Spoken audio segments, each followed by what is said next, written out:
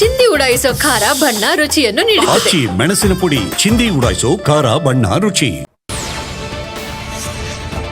ಪ್ರಧಾನಿ ನರೇಂದ್ರ ಮೋದಿ ಅವರ ವಿದೇಶಿ ಪ್ರವಾಸಗಳ ಬಗ್ಗೆ ಪಂಜಾಬ್ ಸಿಎಂ ಭಗವಂತ್ ಮಾನ್ ಅಪಹಾಸ್ಯ ಮಾಡಿದ್ರು.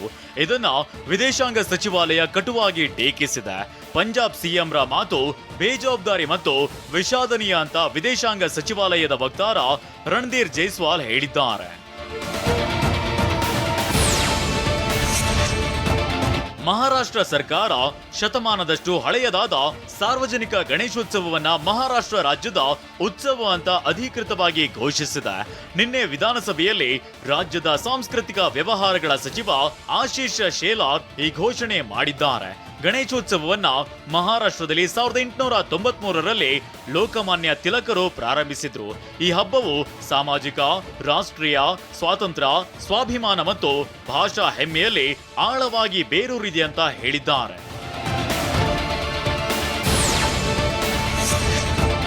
ದೆಹಲಿಯ ಜೈ ಹಿಂದ್ ಕಾಲೋನಿಯಲ್ಲಿರುವ ಬಂಗಾಳಿ ವಲಸೆ ಕಾರ್ಮಿಕರನ್ನ ಬಿಜೆಪಿ ಗುರಿಯಾಗಿಸಿಕೊಂಡಿದೆ.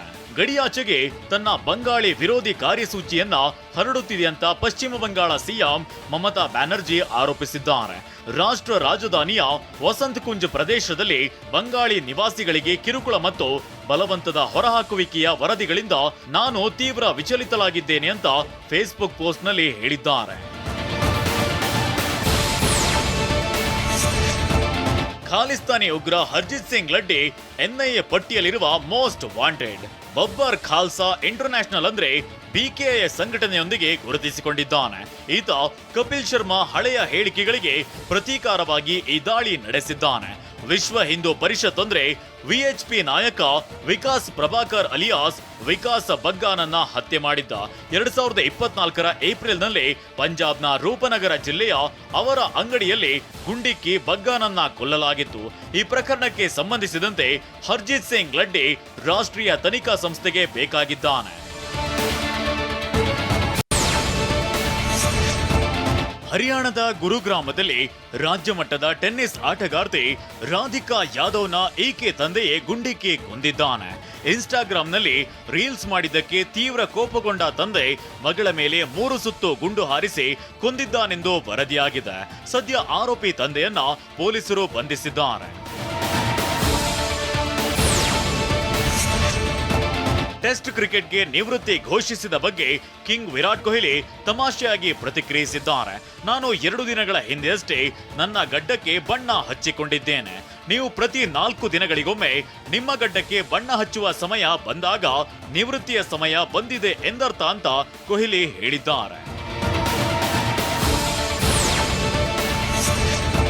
ಟೀಂ ಇಂಡಿಯಾದ ಟೆಸ್ಟ್ ನಾಯಕ ಶುಭ್ಮನ್ ಗಿಲ್, ಸಚಿನ್ ತೆಂಡೂಲ್ಕರ್ ಪುತ್ರಿ ಸಾರಾ ತೆಂಡೂಲ್ಕರ್ ಲಂಡನ್ನಲ್ಲಿ ಒಟ್ಟಿಗೆ ಕಾಣಿಸಿಕೊಂಡಿದ್ದಾರೆ.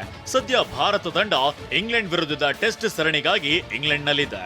ಇದರ ನಡುವೆ ಲಂಡನ್ನಲ್ಲಿ ಭಾರತದ ಮಾಜಿ ಕ್ರಿಕೆಟಿಗ ಯುವರಾಜ್ ಸಿಂಗ್ ತಮ್ಮ ಯುವಿ ಕ್ಯಾನ್ ಫೌಂಡೇಶನ್ಗಾಗಿ ದತ್ತಿ ಭೋಜನ ಕೂಟವನ್ನ ಆಯೋಜಿಸಿದ್ರು. ಈ ವೇಳೆ ಗಿಲ್, ಸಾರಾ ಜೋಡಿ ಒಟ್ಟಿಗೆ ಕಾಣಿಸಿಕೊಂಡಿದ್ದು ಮತ್ತೆ ಸುದ್ದಿಯಲ್ಲಿದ್ದಾರೆ. ಸಾಮಾಜಿಕ ಜಾಲತಾಣಗಳಲ್ಲಿ ವೈರಲ್ ಆಗುತ್ತಿರುವ ಫೋಟೋದಲ್ಲಿ ಸಾರಾ ತೆಂಡೂಲ್ಕರ್ ಕುಳಿತಿರುವ ವೇಳೆ ಅಲ್ಲಿಂದಲೇ ಹಾದು ಹೋಗುವಾಗ ಶುಭ್ಮನ್ ಗಿಲ್ ಸಾರಾ ಕಡೆ ತಿರುಗಿ ಸ್ಮೈಲ್ ಮಾಡ್ತಿದ್ದಾರೆ. ಅಲ್ಲದೆ ಸಾರಾ ಸಹ ಈ ಕಾರ್ಯಕ್ರಮದ ಫೋಟೋವನ್ನ ಸಾಮಾಜಿಕ ಜಾಲತಾಣದಲ್ಲಿ ಹಂಚಿಕೊಂಡಿದ್ದಾರೆ.